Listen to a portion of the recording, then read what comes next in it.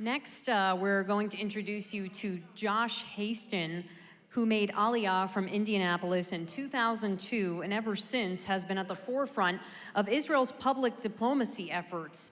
He hosts a weekly radio program called Israel Uncensored and was honored by the Committee for Accuracy in Middle East Reporting in America. He is now the international spokesperson for Gush Etzion, a cluster of Israeli settlements directly south of Jerusalem in the West Bank. Josh, thank you for flying to be here with us today. It's a pleasure to be with you, Lisa. So first, can you summarize for us the history of the conflict of Gush Etzion and what kind of place it is to live today? We only have 7 minutes, so Right. I'll do it as fast as I can. I mean, you're talking about an area that's been part of Jewish history for over 2,000 years, and the proof is in the pudding. You can come out to Gush Etzion and see that history for your very own eyes. At the same time, you have the history of Gush Etzion in modern times, where communities were established in the 20s and the 30s and 40s, and ultimately, unfortunately, fell on the eve of Israel's independence. We were the southern protector of Jerusalem during that War of Independence, and here we are today, after 19 years of an illegal Jordanian occupation of that area. You have communities now celebrating 55 years of growing and thriving, and we have a total of 100,000 people if you include the communities of Beitar and Efrat and our 22 communities. It is one of the most beautiful places, if not, I'm a little bit partial, one of the most beautiful, if not the most beautiful place in all of Israel, just south of Jerusalem, and everyone here is, certainly yourself included, invited to come out to Gush Etzion and see us. Excellent. So tell us a little bit about some of the lessons that have been learned in Gush Etzion, specifically from terrorist attacks. What are some initiatives that the mayor is taking on? On a macro level, the most important thing is we have to recognize our permanence in Gush Etzion.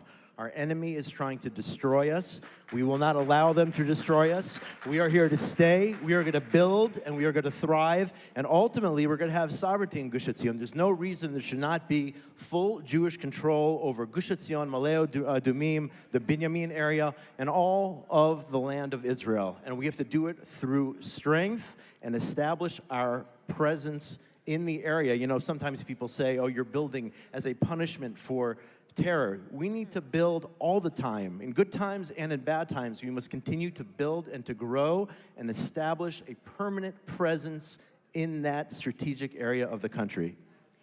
How would you describe Jewish-Arab relations in the region?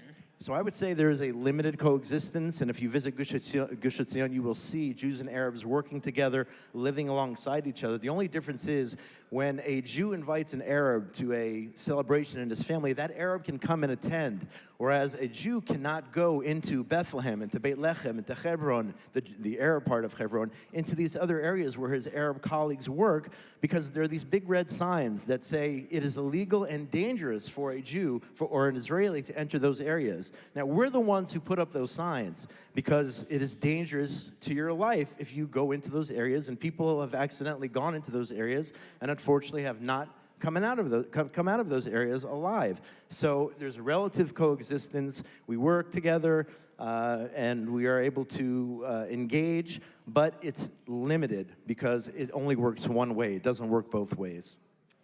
So let's talk about development. What are some of the ways that you've seen the area grow? We are thriving and growing. You talk about tourism, there's so many things to do. I mean, imagine if you can, a beautiful sunset over the hills of Judea. You know, the same sunset that you've had for 2,000 years, it's still there. And here and today in modern times, you can take an ATV or go on a Jeep ride and see the beautiful rolling hills of Judea and all the different tourist sites. Some of our partners before here from Gush Etzion are working on a daily basis to grow and to really produce top-notch tourism, restaurants, entertainment. You have it all in Jerusalem. It's just south of Jerusalem, just 20 kilometers south of Jerusalem.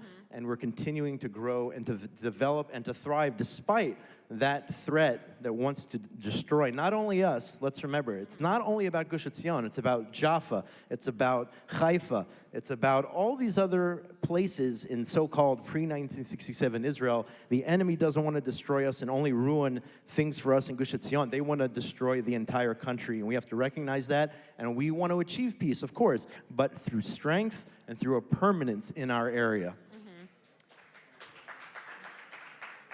So tell me a little bit about how you made Aliyah in 2002, right? Yeah. How have you seen Gush Etzion expand, and how big is it today?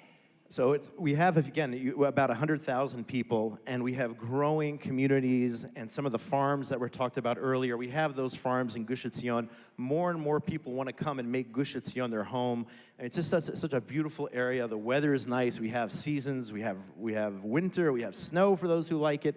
It's a beautiful place, and there's really a connection between the people and the land. You look at the children in Gush Etzion and in other areas in Judea and Samaria, and they have a real connection. Yeah, they have their iPhones and their iPads, just like kids all over the world, but they really have an ideological connection to the land. They feel it. They're out in nature. They camp. They hike. They explore the area. They're always out and about, and they feel that tie to the land of Israel, and you really see it in Gush Etzion.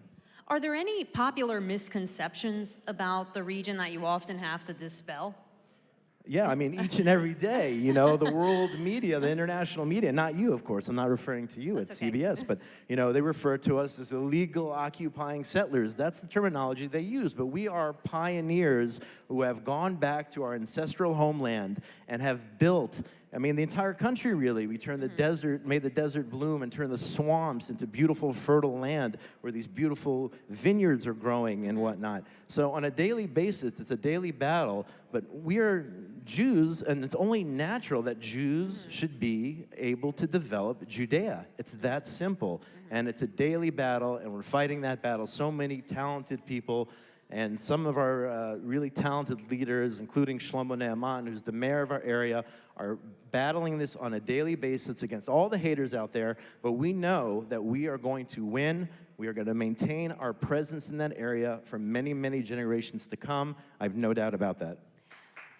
Excellent. So what would you say are the top 3 priorities for the mayor right now?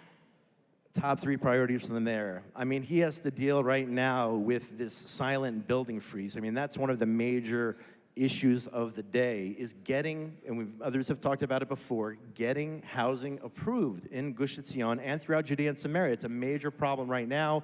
They just had meetings last week to approve housing, less houses than they were supposed to be approved. I mean, right now, to build a pergola, you know, where I live, you basically have to get approval from the Ministry of Defense. You can't just go with your plans if you want to expand your house or build. You can't just go to the municipality and say, this is what we want to do, like you can in other parts of the country. You have to actually get it approved by, and it could take years and years and years if you want to build your children's bedroom or a kindergarten or just a pergola. We want to feel like first-class citizens. We had enough of this second-class citizen business where you have to go through all of this painstaking bureaucracy in order to expand the natural growth of our communities. I think that is a major challenge. Of course, we have the terrorism, but again, a permanence in that area. Look at the Abraham Accords. The UAE, Bahrain, they recognize that we are here to stay. And our other neighbors must recognize that fact. We are here to stay, and that is, I think that is a major priority. All right, Joshua Hasten, thank you for your time. Thank you so much.